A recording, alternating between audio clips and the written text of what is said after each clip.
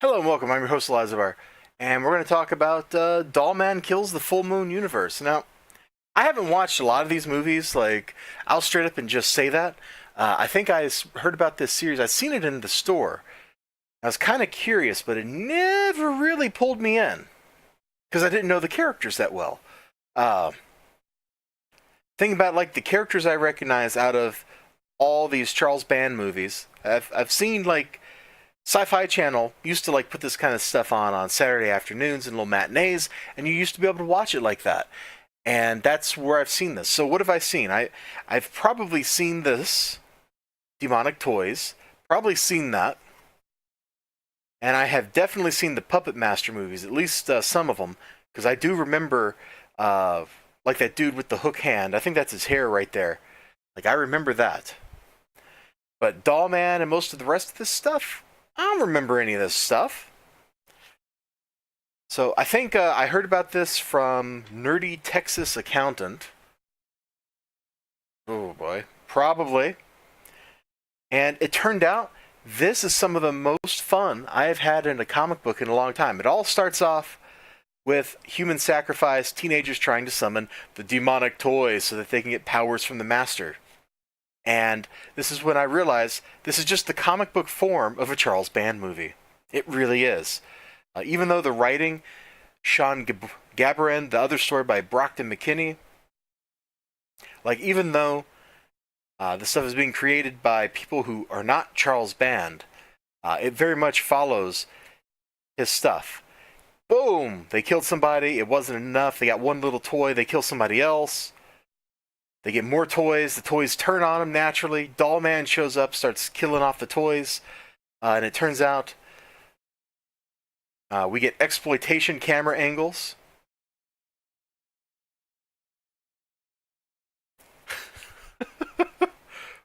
Oof. I'm not sure oof is the sound I'd make in that situation, but okay. And it turns out like she's been manipulating him. So she kills him, summons the master, and then Dollman deals with it. It is pretty good stuff. There's a great use of camera angles, of action lines, of crazy background stuff for effect. And it's great. Dollman digs up the master's heart. And, yeah. And he goes about killing the rest of the Full Moon universe with the plan that he's going to dispose of the master's heart. So that's kind of cool. Of course, Dollman is the size of a doll. Then we get the story. I have no idea who any of these characters are, but they get picked off too by Dollman. Look at him being slick. And it's good stuff. It's cheap and schlock, and it's fun. These were some of the best pickups I got. Now, I bought these for... Let's see, what did they cost me? I got these during the Graham Crackers, we want to clear stuff off the shelf sell. So these were just like $1.50 a pop for me. Ain't that bad. The Puppet Masters, the puppets, yeah, there's the guy I remember.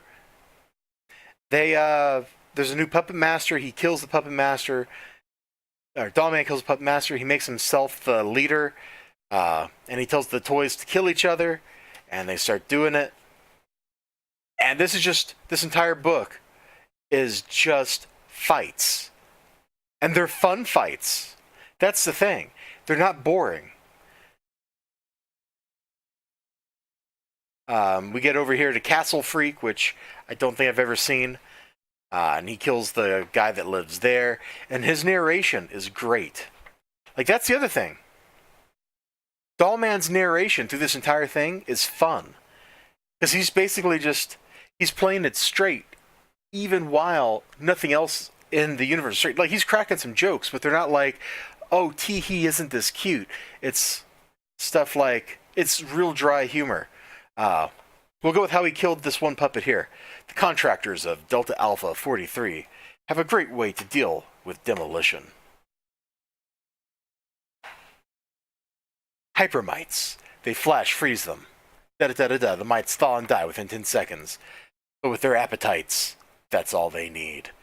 Like, maybe you don't consider that kind of thing a joke, But he's being so super serious about it that it moves it into the kind of funny category. Like, I kind of chuckled at that. Maybe you don't. The cowboy, what do you say, cowboy? Dang, he's fast, but his aim's for bleep. The dude's having fun while he's killing all these terrifying monsters. This is issue 3. He meets Dr. Mordred, Master of the Unknown. I have no idea who this guy is. But they go kill some other wizards. And the reason he's doing this? Because Dr. Mordred can help him get rid of the heart of the Master. And so after they kill all the monsters, Dr. Mordred puts them back together. They just get rid of the heart. And then he puts a bomb inside of Dr. Mordred so that if he ever uses magic again, he will die. Then he kills the Creepazoids, which that just sounds like a great name. And this is another one of those, you gotta laugh at it because it's stupid. And it knows it's stupid, and it goes, you know what, we're going to treat it seriously even though it's stupid. This would normally be the end of it. But I was trying to get another explosive device on the creature's head because there's a demonic zombie baby in its skull. What? Why? What? Huh? Why is that even a thing? You might be asking yourself, yeah, see, this is the really dry humor. What the bleep is that? Is that the creature's child? Or was it in control the whole time? Or will it grow to be another Creepazoid? Answer all these questions? I don't care. I'm just the guy that sends stuff back to hell. There he is, lighting up a cigarette through his encounter suit thing. So, that should tell you everything you need to know. Then I don't have issues 4 or 5, so I'm kind of missing out, but I do have issue 6, where a time traveler dude is like, look, everything you did kind of made the world an even worse place. He's like, what? He's like, yep. Look, there's Dr. Mordred trying to stop this evil demon thing from eating the planet. Oh, wait, you put a bomb inside of him. Speaking of that evil demon thing, there he is escaping after the Master isn't there to keep him in check. Zombies come out. This is another good bit of humor here. Bardo, you still don't understand the extent of the damage you've done. This universe, your universe, is a weird one. Some of these things might seem evil, but there's something truly worse waiting if you take them out of the equation. Like this Nazi dude from the upcoming Puppet Master, Curse of Dr. Frankenreich. Let me get to it. There's another panel that's the opposite joke of that. Gotta be here somewhere.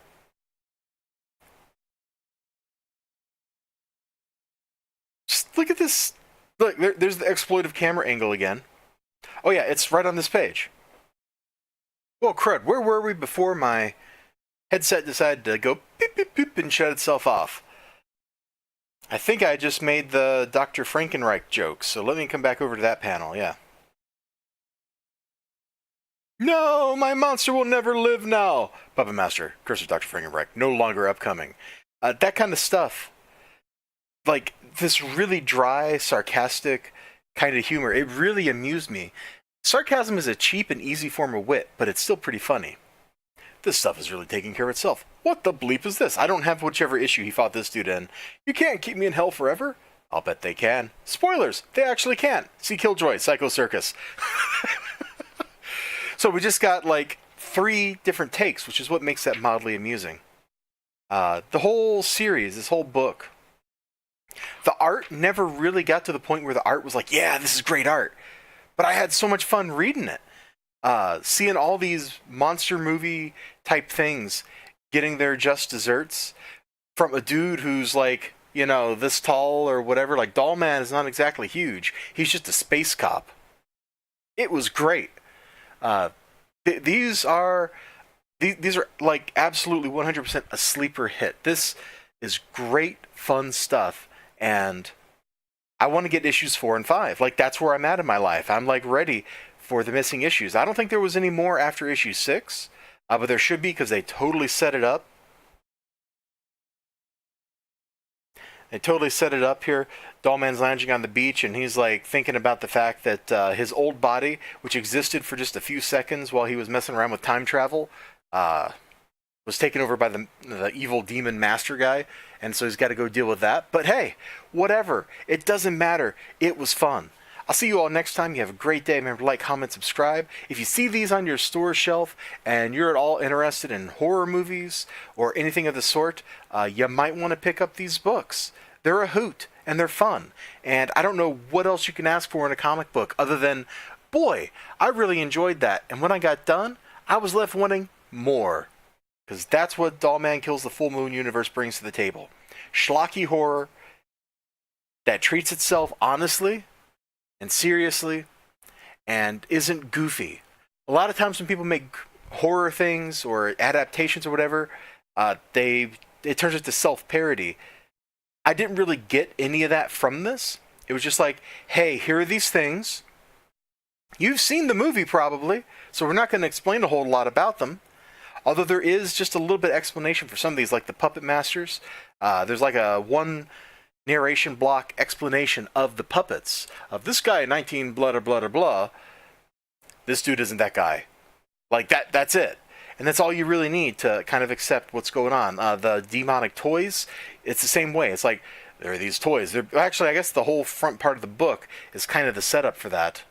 But it's great. Everything's treated kind of respectfully, kind of straight, and then Dollman narrates it with this real dry humor that's wonderful.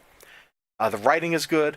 The art was okay. Like, I got no complaints, man. For the $1.50 I paid for each of these books, I definitely got my money's worth. They were fun, man. They were fun. I read them, and then I went back and I flipped through them again just to make sure I didn't miss anything cool.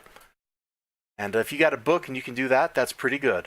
I'll see you all next time. You have a great day. Remember to like, comment, subscribe, all that good stuff. I'll see you then. Bye-bye.